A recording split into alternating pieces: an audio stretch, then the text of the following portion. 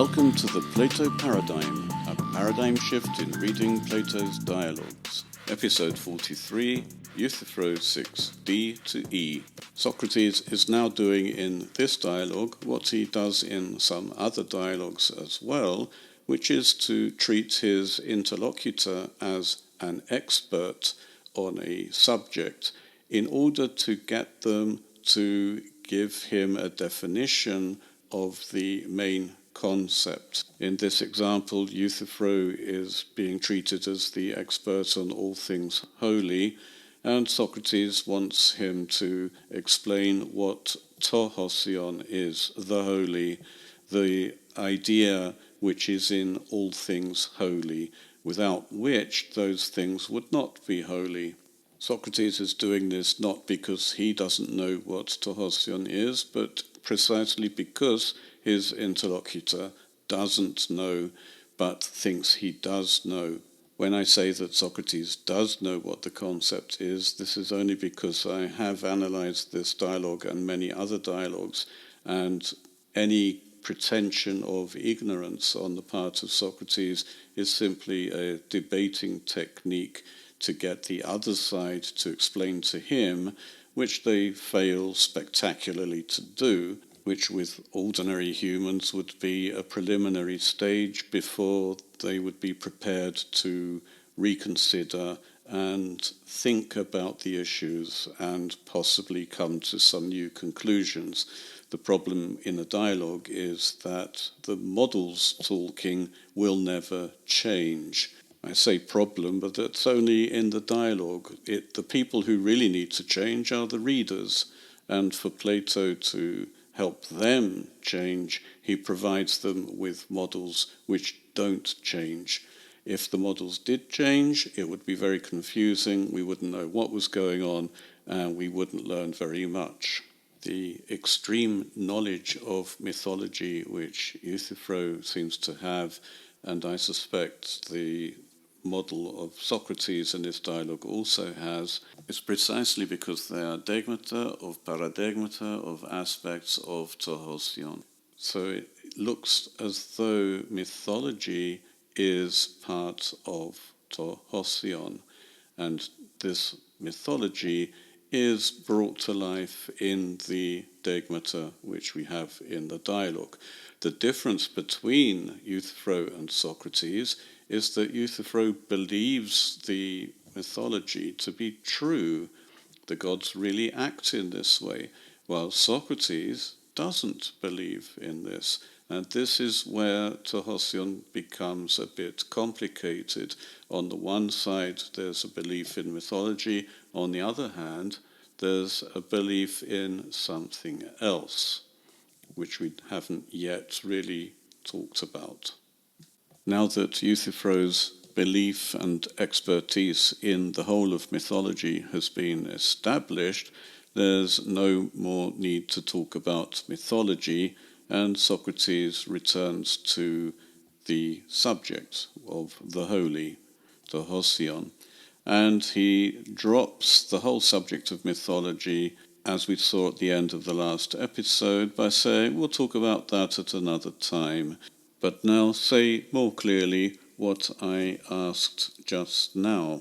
Ugarme o hetaire to proteron hikanos edidaxas, erotesante to hosion hotipoteie, alamoi epes, hotitutot chane hosionon, hosunun poies, phonu epexion to patri. Kai alethege eligon ob Socrates. For you haven't taught me before now sufficiently the holy, what on earth it is, but you told me that this happens to be holy, what you are now doing, prosecuting your father for murder. And I was saying the truth, Socrates. Euthyphro seems not to be aware of the difference between a definition and an example. Socrates asks for what the holy is, but Euthyphro only gives him an example, the fact that he's prosecuting his father for murder. This is an example of the holy and not the holy itself. Why is Socrates so obsessed with definitions? If we don't know what we are talking about, we cannot say in any particular instance that we are doing something holy. This is obvious, but not to Euthyphro, of course. Socrates tries to make this point clearer to Euthyphro. Remember that it was Socrates just now who was asking Euthyphro to teach him more clearly what to hosion was. By the way, when Socrates uses the verb to teach, didasko, he's treating the other person as if he is a sophist. Teaching is not part of dialectic. Learning is part of dialectic. In theory, if you ask someone enough questions, that person will finally understand something. But if you simply teach them, which means conveying to them your own opinions, they will never learn anything. They will just collect your opinions. The clearest Platonic dialogue on education in this way is Meno or Menon. Socrates has to try to get Euthyphro to understand the difference between a concept, a definition, and an example of the concept without actually teaching Euthyphro that this is the case, since that would simply be giving Euthyphro an opinion. Issos, perhaps, in other words, perhaps what you were saying was true. Alagar o Euthyphron, kai alla polafes enai hosia. But, and that means but what you said might not be true, for, Euthyphro, you claim that there are also many other holy things. This is one way to say that the case that Euthyphro gave was just one instance, one example of holy, and not the whole concept. Kaigar estin, for there are. Memneseun hoti ututo soi diekeliuomen, hentie duo medidaxaiton polon hosion, al ekeno auto to eidos ho pantata hosia estin. Ephethagapum mia idea tate anosia enai, kai ta hosia, eu mnemoniues, egoge. So do you remember that this is not what I asked you, to teach me one or two of many holy things, but the eidos, the aspect itself by which all holy things are holy. For you claimed that the unholy are unholy and the holy are holy by one aspect, idea. Or do you not remember? I do indeed.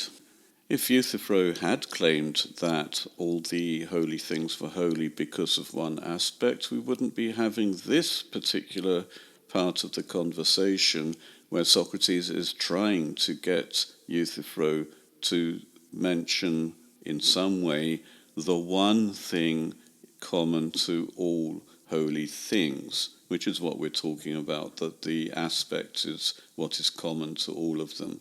Interestingly, Socrates uses two words for aspects. We've already seen them in the dialogue, but he's just confusing them here.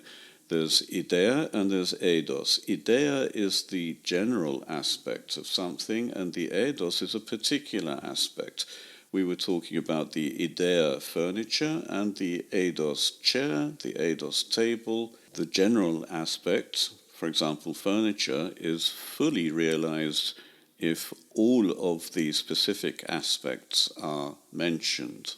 Furniture, for example, is far more than chairs and tables. We would have to add all the other specific aspects in order to fulfill the entire general aspect. On the other hand, the general aspect furniture may be seen in each individual piece of furniture, which is why a chair is a piece of furniture. I'll not try to explain here why Socrates confuses between the two aspects, but it's worth noting that he does confuse them. And this doesn't mean that he himself is confused, although we can't rule that out yet. Euthyphro has forgotten that it was Socrates who talked about the one thing behind the many, and because Socrates virtually tells him that it was he, Euthyphro, who brought up the idea of aspects, Euthyphro agrees that he was the one who claimed that there was an aspect of holiness, and that now gives the opportunity for Socrates to demand from him, as his teacher, to tell him what this aspect is. To make people learn, don't teach them, but ask them to teach you. Tauten toinun me auten didaxon ten idean, tis potestin, hina es ekenen apoplepon, kai chromenos aute paradigmati, homen an toiuton hon an su alos tis prate pho hosionenai, hod an me toiuton me pho. Ale tuto buleo Socrates, kai huto soi fraso. Teach me then this idea itself, what it is. The idea is the general aspect.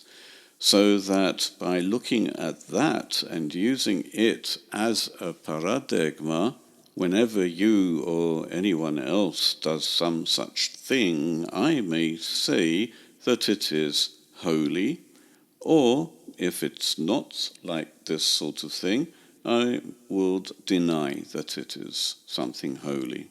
Well, if that's what you want, Socrates, that's what I'll tell you. Of course, Socrates had asked Euthyphro exactly this the previous time, and yet Euthyphro gave him just an example, and there's no reason to assume he'll do any better this time. Of particular interest to us here is what Socrates says about idea and paradigma. The general concept, hosion, he will treat, if Euthyphro tells him what the idea is, he will treat as a paradigma. If we recall the image of the potter making pots according to the paradigma of a particular type of pot, we can see that anything based on the paradigma of the holy will be a dogma of the holy. Now, what Socrates says is that he doesn't know if the dogmata he sees are of the holy or not, but he will use the paradigma to check if he can see a similarity between the paradigma of the holy and a dogma, then he can say that that dogma is holy. That seems quite logical and fairly plausible, but there is one problem. We've already come to the conclusion, well I have, that there are two paradigmata in this dialogue, and not one, with their dogmata, Euthyphro and Socrates.